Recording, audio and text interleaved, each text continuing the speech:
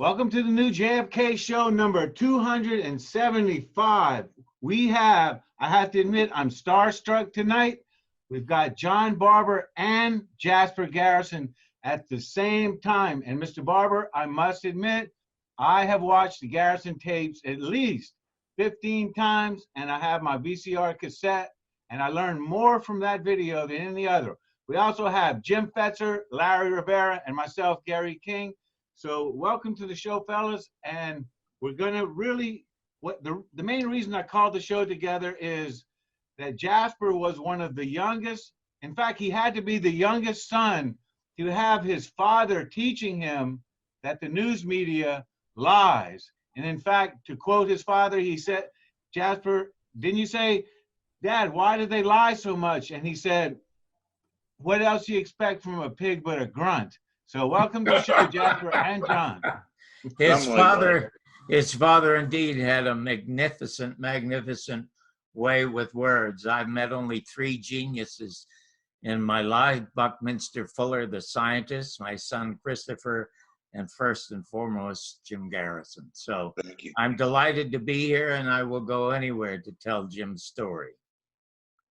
Awesome. Yeah, I saw that bit. I saw something that was released that was coming out, and it looks really great. I saw it, I don't know, a month or two ago.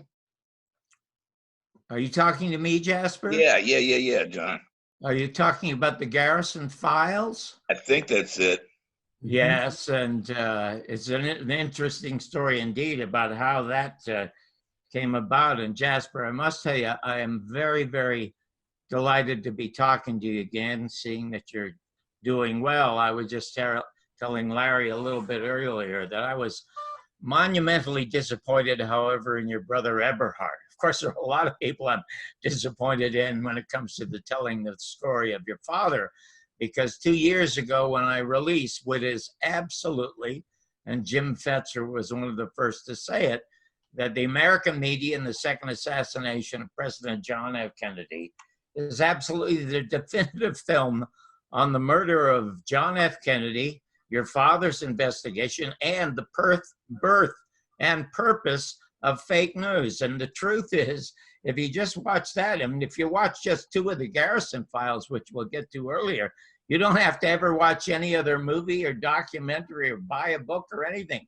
It tells your father's story, and there was absolutely no question.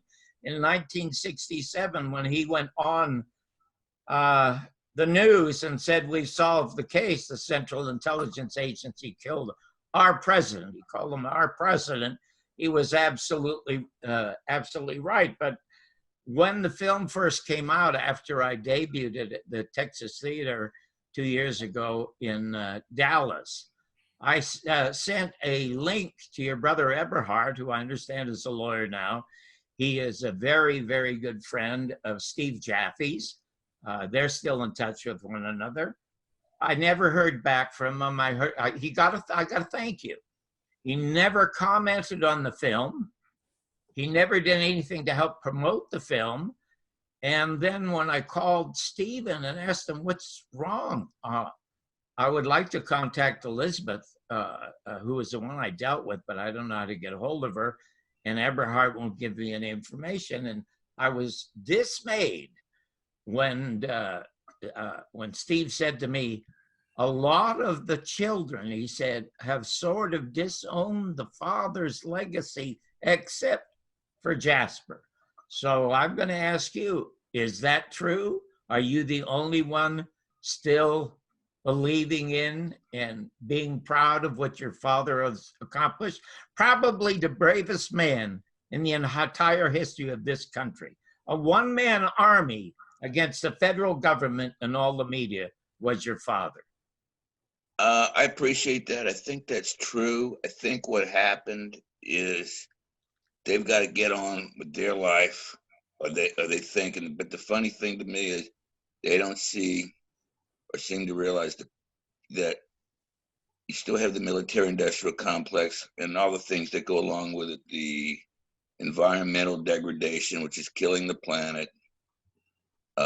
I don't even know if we got 10 years left. I wouldn't be surprised if it's not that much. From just the environmental degradation, which is part of the military-industrial complex.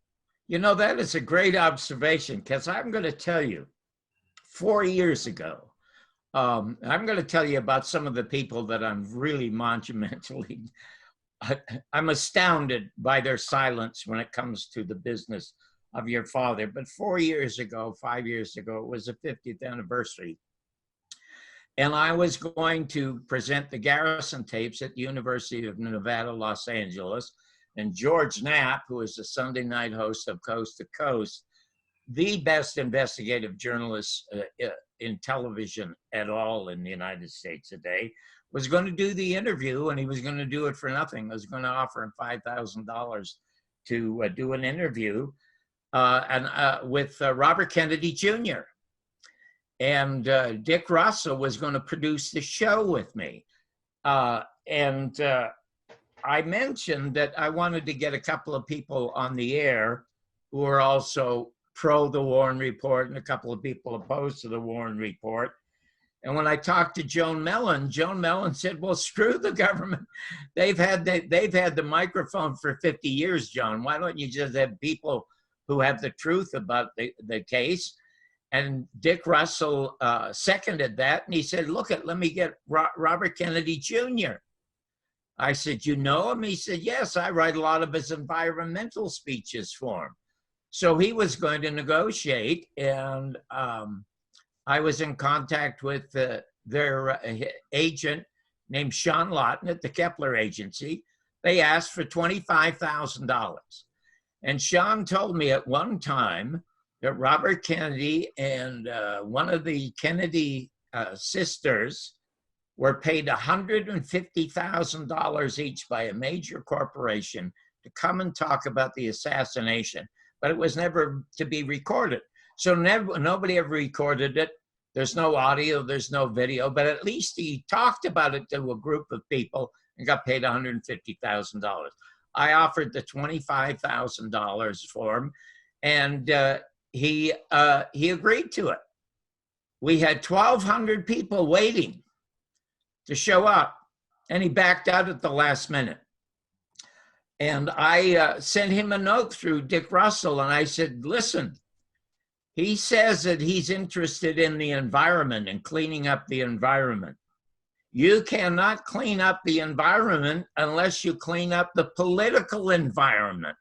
And the political environment, which is polluting the world, for crying out loud, if you get rid of them by opening up the murder of John Kennedy, you solve every problem in this country, which we have fallen heir to today. But he still backed out. And so what it is I did, I got together Dick Russell and Joan Mellon and Jim Mars and did what I called the last word on the JFK assassination, which did enormously well on the internet. And that's it. I lost all respect for Robert Kennedy Jr. because the truth is, when I was helping save Thomas Noguchi's job in Los Angeles after the FBI and the CIA and the LAPD and the media were trying to get rid of Thomas Noguchi because his autopsy proved that Sirhan could not have shot and killed Bobby Kennedy from the back because the autopsy said that the bullet struck him right behind the ear, and the extensive powder burns and the skin burns showed that the muzzle was not more than 2 or 2.5 inches away. Now I'll tell you a couple of the other people that monumentally disappoint me, because you will see, have you seen the second documentary, The American Media and the Second Assassination of President John F. Kennedy? I don't think I'm familiar with that, no.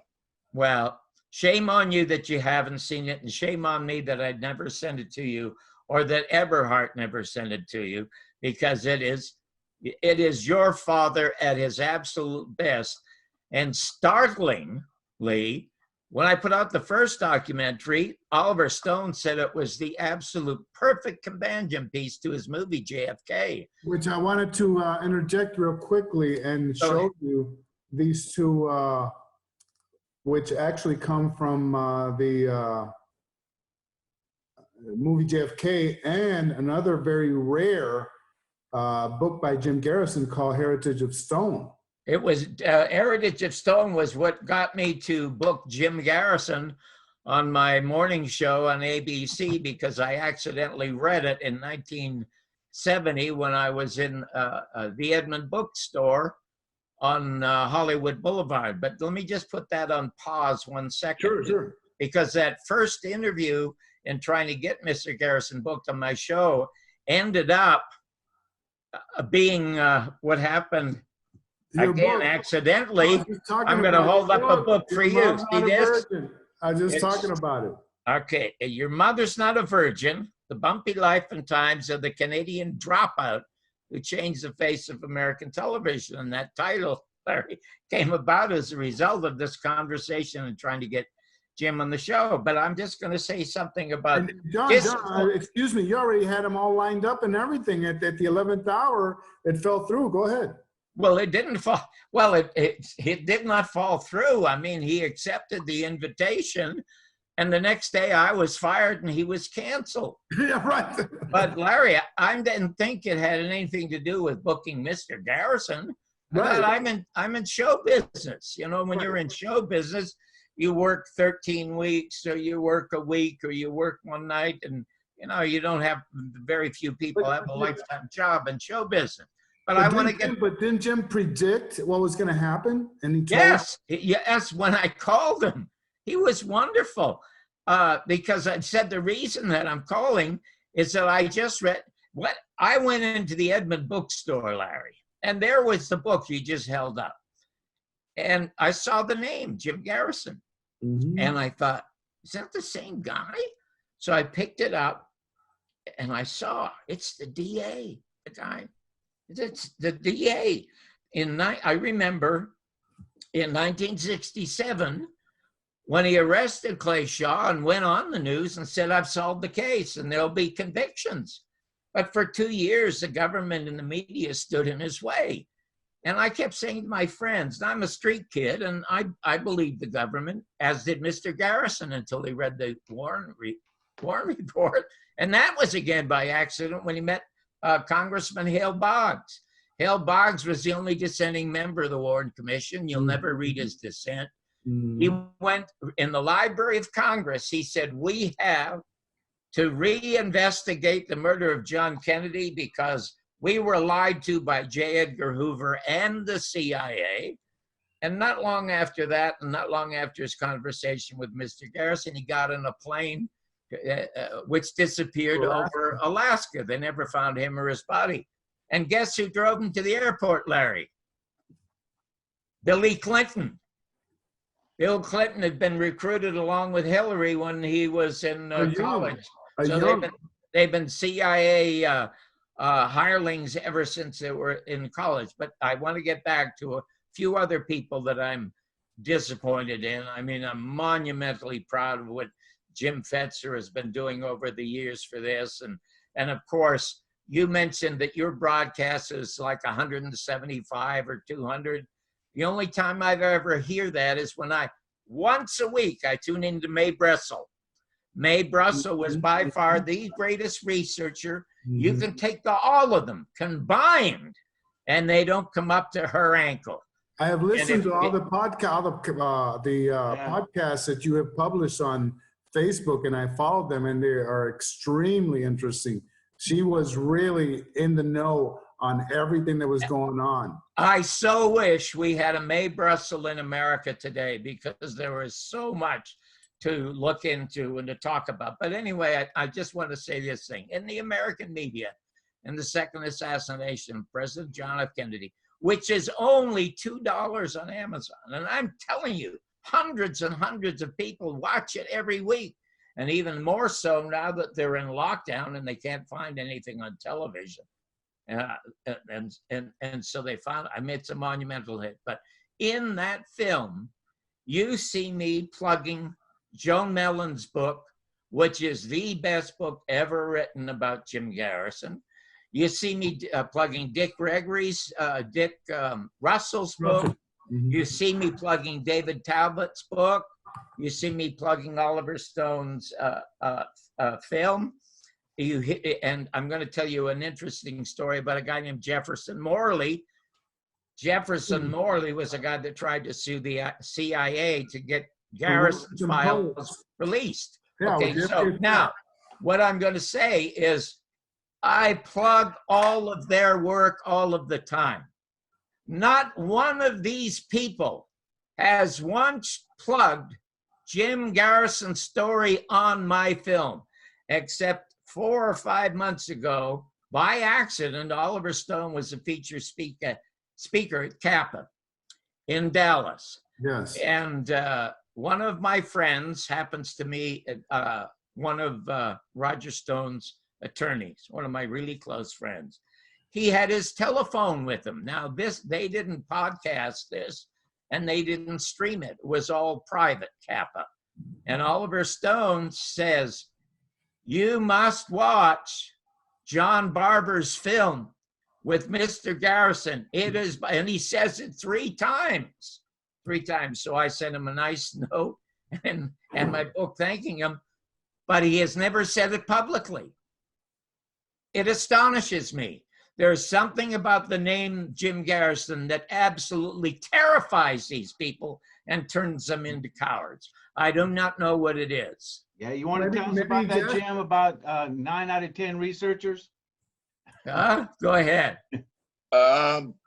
Jim?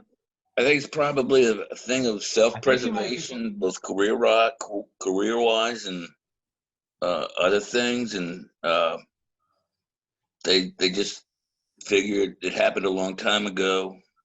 Jasper, how is Elizabeth? Tell me about Eberhard and Elizabeth. Do you have much contact with your brothers and sisters? Yeah, they're doing fine. They're raising kids. They're trying to. They've kind of gone the same way. They don't want to talk about it. Oh my God! No, that absolutely breaks my heart to hear that. You know, it just because you and. But why are you then the only holdup?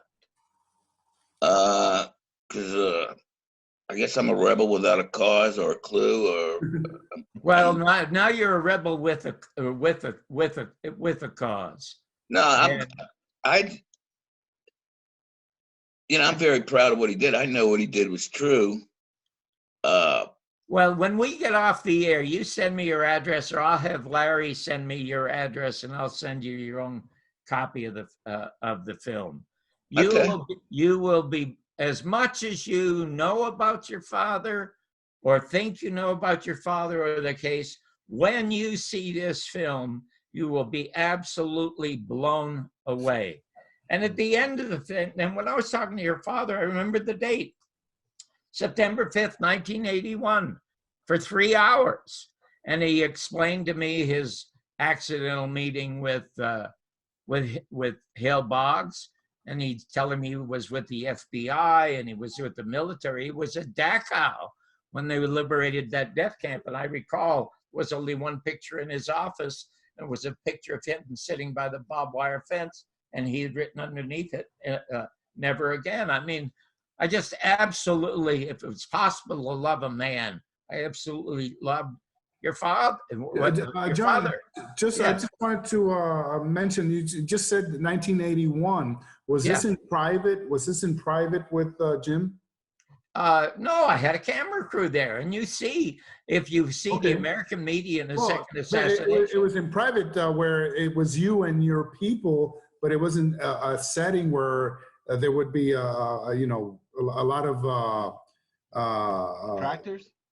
No. It was absolutely and totally private. It was in his office in his house. Right. And I mean, I almost fell over. The stuff he gave me, he showed me the death certificate, signed just after 1 o'clock by McClellan, the gunshot wound to the temple, and explained how you cannot find that in war report. And there's so much to talk about. And I don't want to hog this. I want to hear from Jim, because I was just so delighted when Jim came to Los Angeles when I premiered the film, and he and William Matson Law and himself got up and spoke. and I still use the quotes of theirs in the promotional stuff that I do with the film. So I'm anxious to hear what Jim has to say. He's Well, ready to Jim, explode. You've done such masterful work, and I mean, Jim Garrison was a titan among Americans seeking truth and justice. And I think that what Gary was hinting is we find about 80% of the JFK research community has been infiltrated. Disinformation artists abound. Several of those you mentioned already, actually, I think are not on the straight and narrow.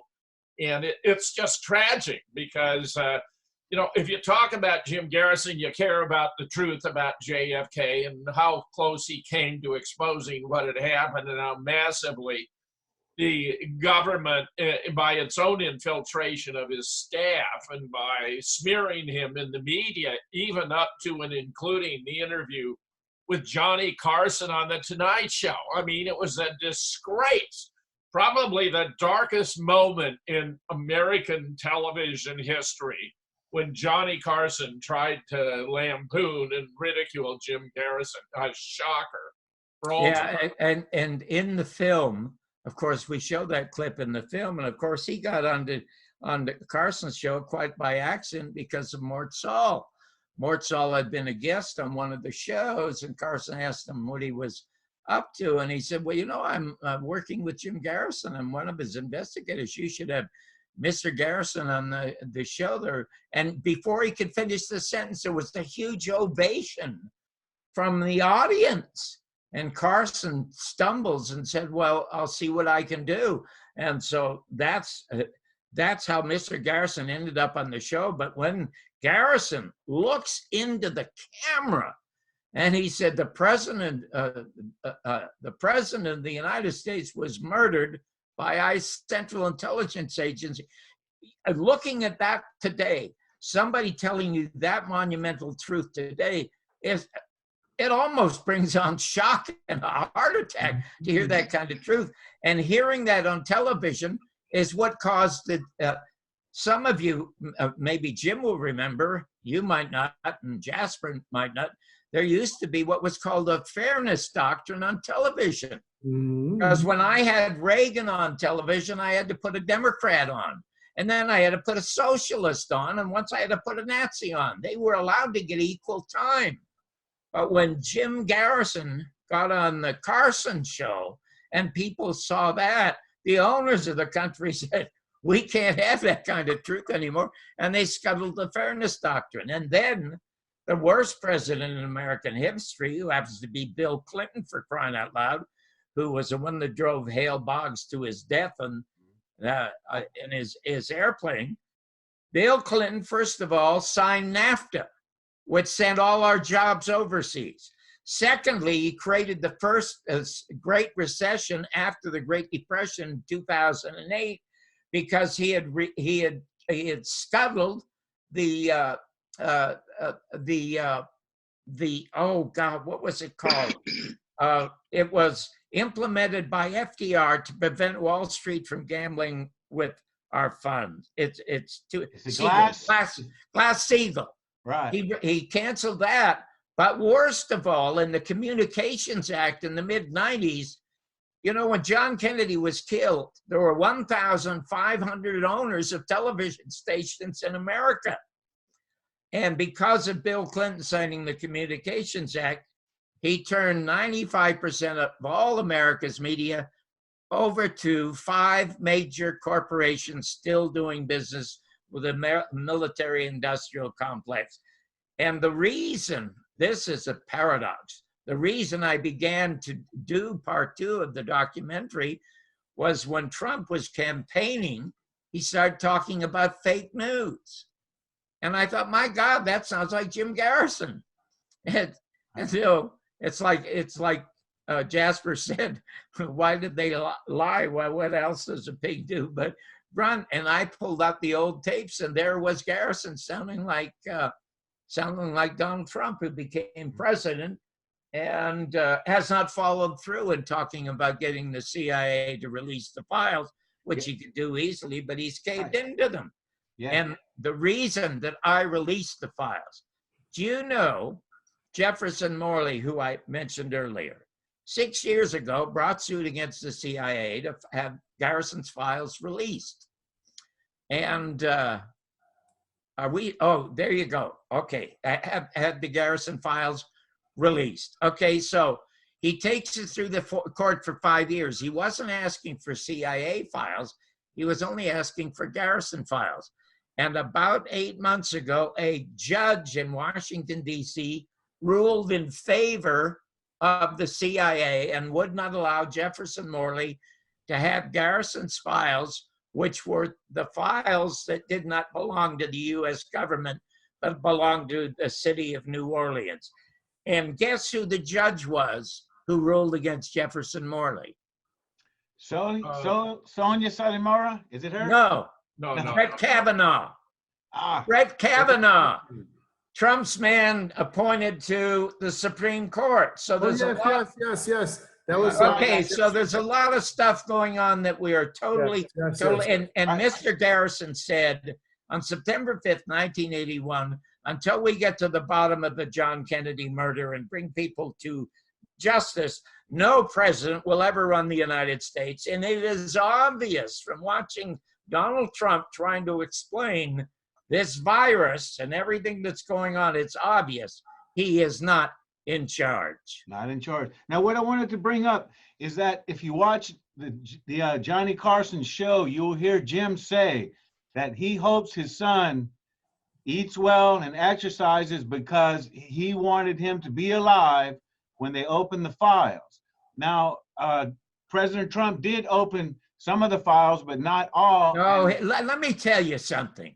There is nothing in any of these. At the beginning of the movie, there was a file that was probably accidentally released, and it's dated 1967.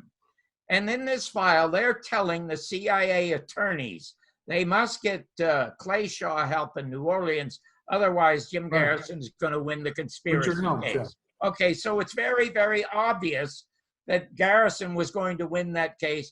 8 of the CIA assets were sent in there to destroy him. And worst of all was Walter Sheridan at NBC. He was assigned by the CIA to literally destroy Garrison. There were his instructions. And he was to destroy him by getting rid of one of the strong witnesses that he had was Perry Raymond Russo, who was at the house, a bunch of gays gathering, by the way, of Clay Shaw and David Ferry and Lee Harvey Oswald when they were talking about triangulation of. He wanted to send him to Biloxi. No. He wanted to send. He already got him a job in Los Angeles with an insurance company, paying him $50,000 a year. So when Perry Raymond Russo called Mr. Garrison and said, "I'm going to meet him in Biloxi at a motel," Jim said, "Would you wear a wire?" So he said, "Yeah." So he wore a wire. So we have the United States government and NBC absolutely trying to destroy the greatest investigation of the worst murder in American history by destroying Jim Garrison's case by getting. Now let me finish this, okay? Walter Sheridan should have been in prison. NBC should have lost their license, and because of that and the fairness doctrine, Garrison got late night, a half an hour late night, and we see that in the film. And that's what destroyed the fairness doctrine. And listen, America is getting worse. The swamp is getting deeper and deeper. And in one of Mae Brussels' shows, one with Penn Jones, that's wonderful because Mae Brussels is saying to Penn Jones, who wrote 6 copies of Forgive My Grief, she said, you know, with everything that's coming out now, all the great research that's coming out from me and every other person who's deeply involved with this, we will have justice one day. And Penn Jones says, we will not. This will never be brought to trial. Now, when I interviewed Mr. Garrison in 1981, he gave me a list of all the people still alive. Now, of course, most of them died. And at the end of the film, what I did, I took the ones who were still alive And I put them on a wanted poster. And I delivered that wanted poster at the very end of the film to the Justice Department. 10 most wanted. And I started off, of course, with Dan Rather, the biggest liar of all, because we trusted our media in 1963. And when he told us, so he didn't show us as a Zapruder film, he just reenacted it and said, I can't show you this, but now the bullet hits him in the back of the head. The third shot, it's thrown violently forward. And it was only the accidental screening of the Zapruder film in 1975 with Dick Gregory and Robert Groden on Geraldo's show, where the American people saw the truth of the body being blown backwards and almost out of the back of the car. And then, of course, then the film goes into how they sabotaged the House Select Committee, because the first guy appointed was a very tough Philadelphia attorney who'd already got Richard Sprague. Richard Sprague, that's right. And I remember a news clip of him saying, we are going to solve this crime because we are going to investigate the FBI and the CIA. We're not going to hire them. Of course, then all the assets led by Gonzalez in Texaco, in Texas, gathered together a firestorm to get Richard Sprague out of there, and then they put in this hack from Columbia University. There you go, and he turned everything over to the CIA, even dedicated his book to it. Any idiot in America with a half a brain cell over 40 years of age knows that our government murdered every one of our peace leaders. And if you unravel the John Kennedy case, which is a cold case of justice, every November 22nd should be America's Bastille Day. Instead of these stupid conferences that Judith Very Baker and all of these other people hold all around there, they should all gather as one November 22nd, America's Bastille Day, and get those files opened. And Jim, you know, I've had this, I read Judith's book, and I liked the book, and I spoke 2 years ago at her conference, and I said that I was sorry to be there and talking to them there. That was one of my first lines. I said, I wish we were standing in front of the Justice Department doing that. And I said to her afterwards, I said, listen, supposedly you had this love affair with Lee Harvey Oswald. But Lee Harvey Oswald, who was arrested with $4,000 worth of camera work because he was an excellent cameraman, you don't have one picture with your lover. And I said, you know, coming from Hollywood, I know hundreds of people who committed adultery, and they all find a way to get a picture. They go into a little machine, they put in $0.25 or $1, and they'll get a picture. I said, I can understand if truthfully you had a love affair, that you're grieving now. But you know, 50 years of grief is enough. How about a little revenge? Okay, now shut down your shop, open it up at a hotel across from the Justice Department, and she's still going on with the next one. It's all a sham. Yeah. And you're right. You know, it only takes one person at the top, anywhere, one person at the top, because we are all sheep who want a shepherd. And if your boss says, you know, you can't report this, then we don't report it, regardless of how strongly we feel about knowing the truth. Anyway, I don't know. Yeah, what? Larry's been looking into the files probably more than anyone else. So what do you feel that you found as far as the new 2017 files, Larry? Well, we know that the Mexico City thing that has come about, and which I have been presenting in presentations and writing about, but I just wanted to know what Jim had to say, you know, regarding everything that John has said, because I see him and I'm sure he's got a couple opinions. Well, I'm sure sympathetic to everything he's saying here. We had Judith on the show a couple of years ago, and I explained to her that, you know, while I accepted virtually all of her story, mostly because of Ed Haslam's vindication in his book, Dr. Mary's Monkey, where he'd gone through and, you know, verified the addresses, the trolley rides, the bus and routes and all that sort of thing, that I disagree with her about Lee about Lee having gone to Mexico City. Mhm. And it was really astonishing to me, John, that she just had kind of a fit. I mean, you know, Larry and Gary were both there with me at the time, and it was like this was a gross affront to her. Well, in the files that have come out, which they have released without being in scanned versions, you have got to go through them hand by hand. They don't have an index. Larry has been pouring through these documents, and because he's bilingual, he can make sense of parts that are in Spanish and parts that aren't. It turns out that 3 presidents of Mexico were involved in the CIA's operations down there, and the whole business of Lee going to Mexico City was totally fabricated. I mean, from beginning to end. And this, I'm sorry to say, has considerably strengthened my skepticism about Judith, not to mention that when I gave a talk a couple of years ago, and it was really quite powerful, Judith came on immediately after I spoke and made some irrelevant remarks that I felt were really intended to sabotage what I'd been doing. So I'm sorry to say I have lost faith in Judith. I wanted to return, by the way, we must pursue this, but I want to return ever so briefly to the point about Jim being on the Tonight Show. Yes. But William Colby, of course, in 1975 testified to Congress that the agency owned everyone of any significance in the media. In my inferences, that had to have included Johnny Carson, so that when Jim there's no came question. on, he was doing his thing at the behest of the agency. Would you agree or offer an alternative? Well, there's no question about that. And he was a bad student when the FBI and the CIA tried to prepare him to taking on Garrison. Yeah.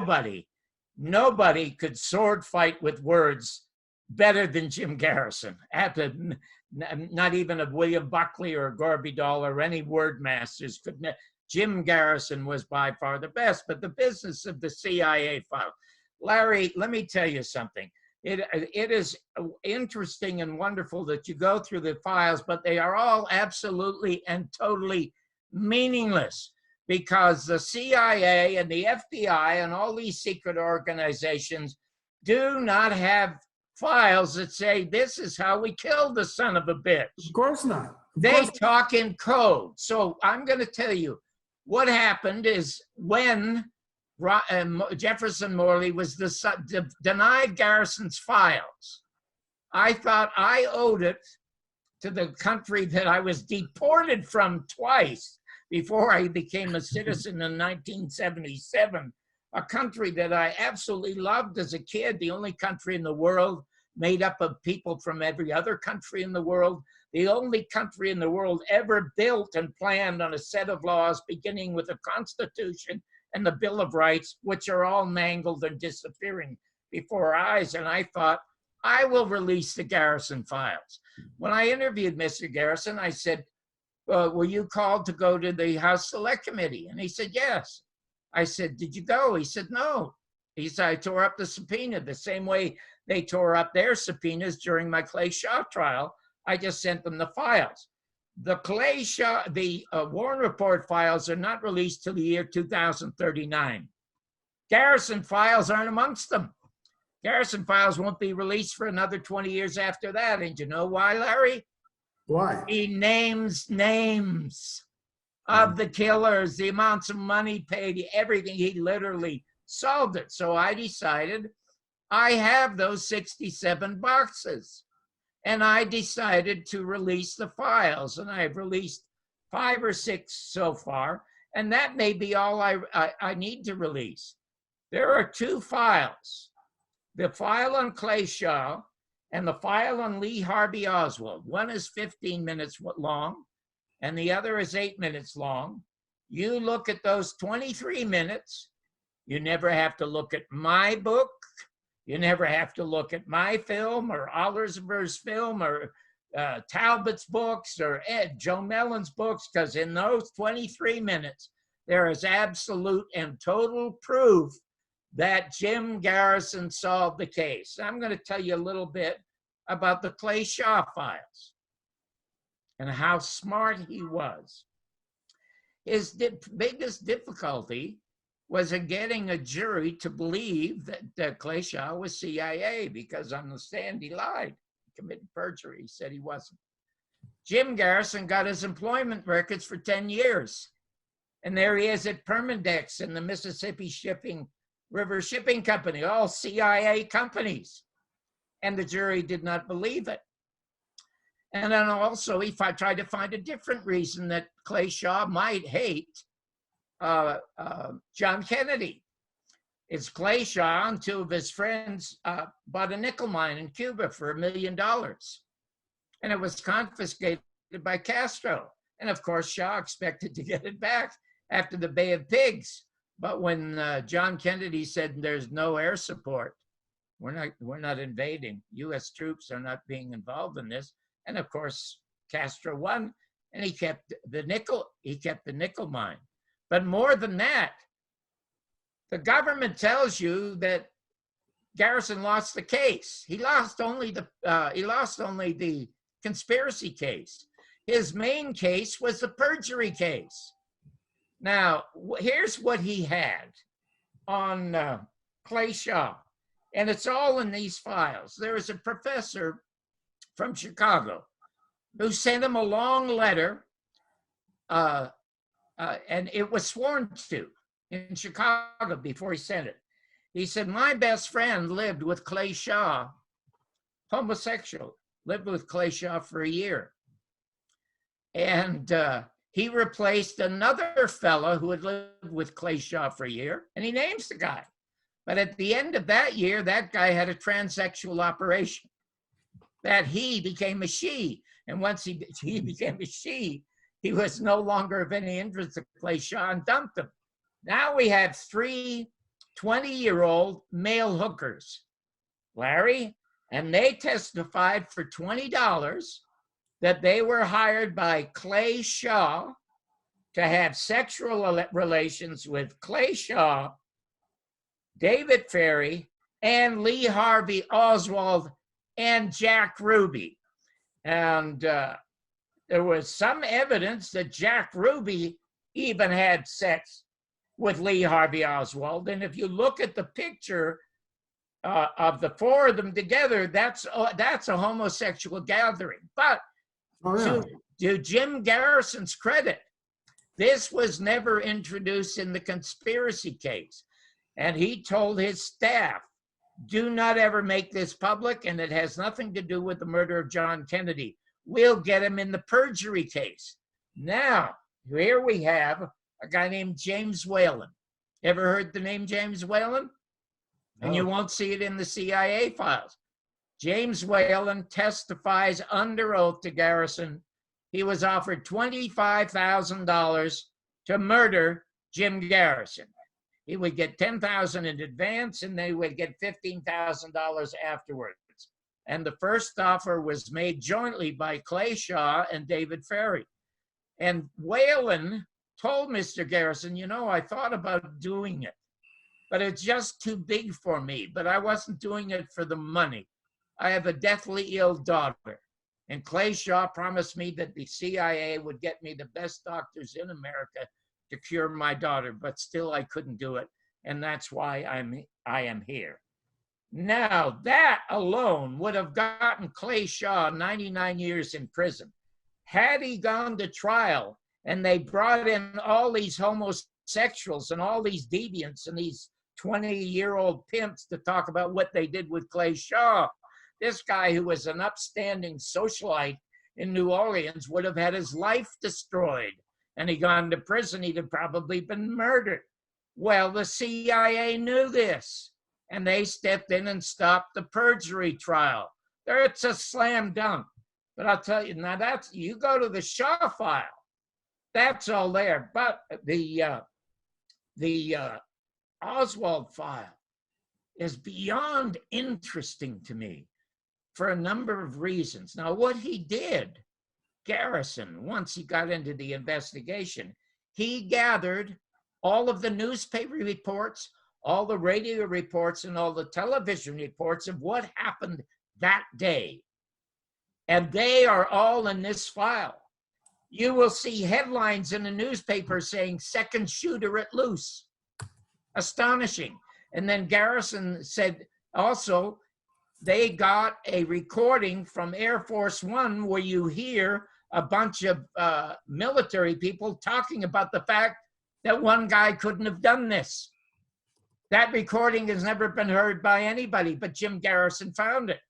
Then another thing is he got records from the Dallas police. And Jim Garrison said, you know, when there's a bank robbery, what did they do? The first thing they do is they set up a perimeter of roadblocks around the bank. And there we have the FBI and the Dallas police calling off any roadblocks, which allowed any other shooters to get away. But to me, the most monumentally interesting thing is this. So you're going to have to refresh your memory. You've all seen Jasper, Larry, and Jim, you've all seen this quote. Here is Lee Harvey Oswald on camera. Somebody is holding a microphone to him and said, did you kill the president? He's not yelling at him. He says it calmly, did you kill the president? And Lee Harvey Oswald says, no, that's the first time I've heard this. Do you remember seeing that? Sure. Yes. Oh, yeah. Oh, okay. You know, so that's in the film. And I often wondered about that. Jim Garrison found out that this interview took place after Lee Harvey Oswald had been 7 hours inside Curry's office with a bunch of cops and blue suits. Mm-hmm. And why is it that Lee Harvey Oswald is saying afterwards, this is the first time I ever heard this? Guess what Mr. Garrison found that anybody doing an investigation could find? He found an honest cop who happened to be in that crowded room. Of course, we know there was no tape recording because Curry said, no, there's no room. We don't have room for a stenographer, which we all know is bullshit. Mm-hmm. It's total bullshit. But what happened whenever an honest cop started to ask this 20 or 21-year-old kid if he killed the president or shot Officer Tippit? Every time somebody tried to ask that question, they were stopped by a guy in a blue suit. And the reason was that Mr. Garrison concluded, and he was somebody that didn't like to conjecture about anything. If he didn't have a fact, he didn't report it. But he conjectured this. He said the reason that he was stopped from being asked those questions, because as a 20 or 21-year-old, he said, Jesus Christ, no, I didn't kill anybody. I'm just down. I was sent by the CIA to infiltrate a group and prevent the assassination of the president. And he would have blabbed it all. And that's why they had to murder him. And that's why they never asked him in lockup. So all you have to do is look at those files. You don't have to look at anything else other than those two files that Jim Garrison gathered. 23 minutes of absolute and total proof that he solved the case, and the Central Intelligence Agency not only murdered John Kennedy, but Robert Kennedy and Martin Luther King, Malcolm X, and probably John Kennedy Jr.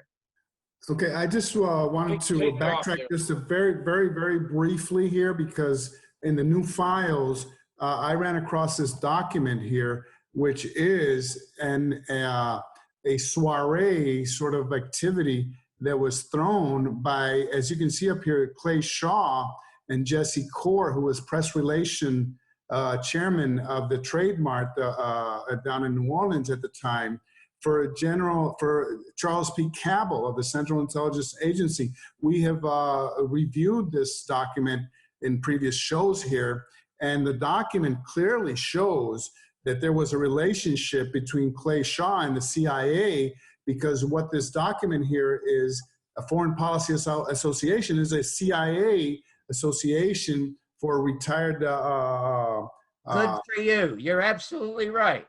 Yeah, and this is a smoking gun document that shows a direct connection between Clay Shaw and the CIA. Okay, Clay Shaw, program chairman.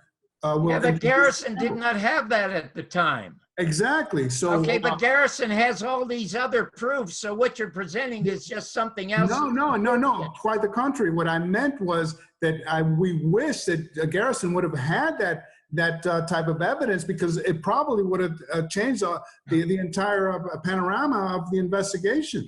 There's no question about that, but he didn't have it. And something else that he should have had that really, I must tell you, pisses me off. Do you know David Talbot is going around the world applauding Bob Dylan for his song, which is the only song that Bob Dylan has in the #1 slot in music sales in his entire career, even though he wrote some absolutely wonderful We songs. reviewed it last week. We dedicated an entire show last week to it. And Gary. Okay, but this is my problem with that. Why didn't he sing and say this 50 years ago? I agree, Okay. 100%. Yeah, hell yeah. And you know what? David Talbot, while he lauds Bob Dylan, doesn't once mention Jim Garrison. We were saying, what took him so long to come out of the closet? Yeah. Right, well, that's what I'm saying too. So I'm saying it's better late than never. If you go to my Facebook site, I repost his song, and I do it in verse the same way he did it in verse. And the last line of my poem before I introduce it is better late than never. But where was he when Jim Garrison was still alive? And he could have brought some more action. I mean, he had become a judge. And David Talbot is going around. Do you know 2 million people have seen that Bob Dylan song? Yeah. All that Talbot has to say now is, if you want to know what he's talking about, go to see John Barbour's film or Mr. Garrison's film. They say nothing. Nothing. I mean, it's just unbelievable. Right. The cowardice of these people. Jim, They claim to be researchers, and they say they're looking for the truth. Not a word from them. Not one word. And it turns out that Earl Cabell joined the CIA in 1956, John. That's he was second in command, and Cabell was the second one fired after the Bay of Pigs. Yeah, but I'm talking about the mayor. Okay, now I'm not talking about Charles. I'm talking about the mayor of Dallas. Yes, brother. Yes, which came out in the new documents. Which I want to ask Jasper whether his father had suspected that Johnny was tied into the CIA after he had that bitter exchange on television. Did that ever come up? No, Johnny Carson wasn't involved with the CIA. He just wanted to save his job. He was masterful at saving his job. And a job in show business is very hard to keep. But I'm going to give you one more bit of speculation on Jim Garrison's part, and I didn't put it in the film because he didn't like to speculate, is that Allen Dulles was the architect who designed the murder of John Kennedy. But somebody had to give him an order because he was a hireling. It doesn't matter that he was a mega millionaire. He still worked for somebody. And somebody, one of the families that owned the country, had to be giving this guy an order to proceed with the assassination. If you see the movie Executive Action, a really good film, the opening scene has some guy that they have to defer to see if it's okay to proceed with the killing of John Kennedy, because after John, then there's Robert, and then after Robert, there's Teddy, and they have to get rid of them, right? And that guy who represents one of the families is never really identified. And Jim Garrison speculated on who that was. And I think he speculated. Dulles. He looks just like Dulles. Yeah, well, certainly looked like Dulles, but he wasn't one of the members. Yeah, but John, you agree the driving force was Lyndon, who wanted to become president of all. Jim, I asked, there's no question, Jim Garrison, Lyndon Johnson posthumously was convicted of being involved with 4 or 5 homicides, including that of John Kennedy. I pushed Mr. Garrison hard on that. And Mr. Garrison said something really, really bright. He said, no, I don't think that Lyndon Johnson was involved. He said, I think he knew. I said, when the shots went off and he ducked, he was thinking about when he gets back up how he's going to redecorate the Oval Office. And he said one of the reasons I don't think he was involved, in case it fails, he has to be distanced. He has to have plausible denial. And I think that's absolutely true. He was aware what was going to happen, but he stayed his long distance from it.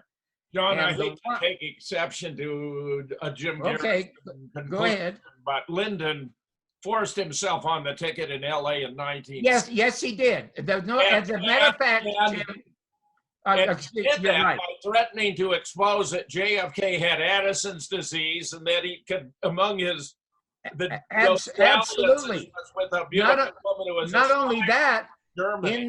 not only that, in one of the Garrison files, you see he absolutely forced them to go to Dallas. Yeah. JFK did not want to. JFK did not want to go to Dallas. One of Lyndon's, and Gonzalez warned him not to go. Now, one of Lyndon's rich supporters was really upset when he heard he'd be running with JFK. He burst into the Johnson suite, cursing and swearing. Bobby Baker took him into a bedroom and told him what they had in mind. He came out all smiles. He said he thought that was an excellent plan. Bobby Baker would publicly subsequently declare John Kennedy would not live out his first term and that he would die a violent death. Lyndon Johnson sent Cliff Carter, his chief administrative assistant, to Dallas to make sure all the arrangements were in place for the assassination. Dulles was a pimple. He was a bureaucrat. This was a Lyndon job. And it appears to have been that the shooters, the location of the shooters and the sequence of shots was determined by Edward Lansdale. And George H.W. Bush was there on the scene, to whom Lansdale reported after the assassination, where Bush... We have pictures of Lansdale there. We also have a picture of George Bush there. But, and listen, that is certainly an interesting and very likely story. But in case it failed, there still had to be plausible deniability for Lyndon Johnson, according to Garrison. Garrison thought that the person who gave the go-ahead was Averell Harriman. Averell Harriman was known as the Crocodile, 77 years of age. He was a military advisor to John Kennedy, and he hated Kennedy because he kept telling Kennedy, we have to put more troops into Vietnam. Let me finish. We have to put more troops into, I'm just telling you what Garrison said, okay? We have to put more troops into Vietnam. And what Averell Harriman did is Averell Harriman ordered the CIA and Henry Cabot Lodge to get rid of Diem, who was a friend of John Kennedy's, in the Prime Minister of South Vietnam. Yeah. And they murdered him 3 weeks before they murdered John Kennedy. When Robert Kennedy heard what, and you can go and research the memo to the CIA, it's up there. And the memo is numbered in the Garrison files that you will see. So Garrison was telling the absolute truth about that. But when Robert Kennedy heard what Averell Harriman did with that memo, he went in there and started screaming at them. And then Harriman went public and told the New York Times that both the Kennedys were nuts, that they were insane. And then 10 days later, John, you're a sensational guy, and I admire Jim Garrison beyond words, but this was all the way with LBJ. I had 100 conversations with Madeline Duncan Brown. You look at the people who knew Lyndon best, and I highly recommend, if you've not read it, Phil Nelson's LBJ, Mastermind of JFK's Assassination. Well, hold it. Roger Stone said the same in his book, okay? Yes, and why is it that these books get published by the mainstream media? Because, and I asked Joan Mellon that. Joan Mellon, I think, has written the best book about how evil Lyndon Johnson is. No question about that. Best book about Jim Garrison. But why is it that the stories of LBJ being now published by mainstream media And I asked Joan that question, and she said, because the mafia bullshit is run out. And now you got to blame a dead president. And she said, Lyndon Johnson obviously knew, but she was convinced he was not the mastermind. So for you and me to argue over, well, I believe you, because what you say is all true. It's all true about how he got on the ticket. But see, this is what's happening to why it never moves forward. We have to forget, we should not be blaming Lyndon Johnson, and we shouldn't. He was murdered by the CIA. He was not murdered by Lyndon Johnson, who didn't pull the trigger. Somebody else. Mac Wallace's personal hitman who murdered a dozen people. Yes, absolutely, no question. And that may have been one of the fingerprints that was found. There was only one fingerprint that they able to find. We can't wait to have you back, my friend. It's been marvelous having you here, and with Jasper as well. This is just a sensational combination. We can't thank you enough for joining us. Yeah, but before we go, I would like to I'd like to bring up something and get everyone's opinion before we leave. Okay. All right. The word conspiracy theory. We've all heard it probably 10 times today. It's probably one of the most effective tools ever made by the CIA. And Jasper was one of the first people to hear the word, and it's a term that was made for his father. And Jim, do you feel like reading this little thing right here for us? Oh, Gary. You know, tired? But our concern from the day of President Kennedy's assassination on, there has been speculation about the responsibility for his murder. Although this was stemmed for a time by the Warren Commission report, which appeared at the end of September 1964, various writers have now had time to scan the Commission's published report and documents for new pretexts for questioning, and there has been a new wave of books and articles criticizing the Commission's findings. In most cases, the critics have speculated as the existence of some kind of conspiracy, and often they have implied that the Commission itself was involved. Presumably, as a result of the increasing challenge to the Warren Commission's report, a public opinion poll recently indicated that 46% of the American public did not think that Oswald acted alone, while more than half of them polled thought that the Commission had left some questions unresolved. Doubtless polls abroad would show similar or possibly more averse results. But Gary, we know this. We know this was the origin, and we know, yes, you're right, Jim was the target. So I think that's an excellent point. In the film itself, there is another document from the Central Intelligence Agency that specifically targets Mark Lane and Joaquin Jostin. Joaquin was the first person to publish a book, published it in Europe, about the innocence of Oswald. Okay, so, and to talk about the origins of the conspiracy theory, it's inconsequential at this point. All the evidence is there in these films, and especially in the Garrison files. It is a cold case that needs to be open. It's that simple. And I must tell you, I do not think, I mean, Mark Twain said it 100 years ago, voting made a difference. They wouldn't let us do it. He also said, and this was one of Jim Garrison's favorite quotes. Jim had two quotes of Twain's that he loved. One was, it's easier to fool people than to convince them they have been fooled. Yeah. And we have been fooled since November 22nd, 1963. And the other quote that Jim Garrison loved was, what is the difference? Because Jim loved cats and Mark Twain loved cats. And Mark Twain said, what is the difference between a cat and a lie? A cat only has 9 lives. A lie lives forever. So there you go. That's right. And it's all there. I hope lots of people get to watch this I don't know when you're putting it out. It'll be up tonight. Okay, well, hopefully a lot of them will look at it and think about it. But you know what? The problems that we have in the United States right now will never be solved in a voting booth. Remember how the Absolutely not. Vietnam War stopped?